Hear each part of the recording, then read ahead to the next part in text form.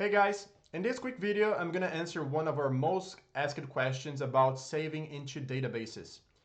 As you can see, right now I have here a Postgres database. It's a table with some fields, and this table is linked to my Infinity forms here in Qlik Cloud. It's actually super simple to set it up. If you want, I can show you in a separate video or in a separate moment.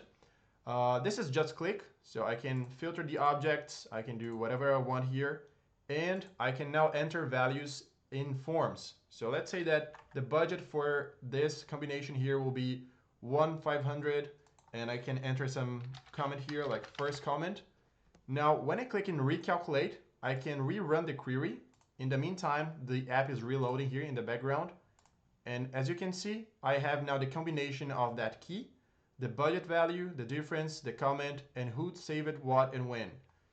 It is possible to customize this in many different ways. You can have the changelog if you want, and that's pretty much it. So the answer is yes, we can save to databases in a very simple way, and you can just play with it. So the rest is basically just Qlik.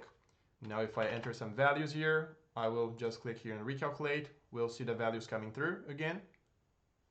And if I rerun the query here in the database, here I have the 3 rows. All right, let me know if you found this interesting and if you want to know more about it.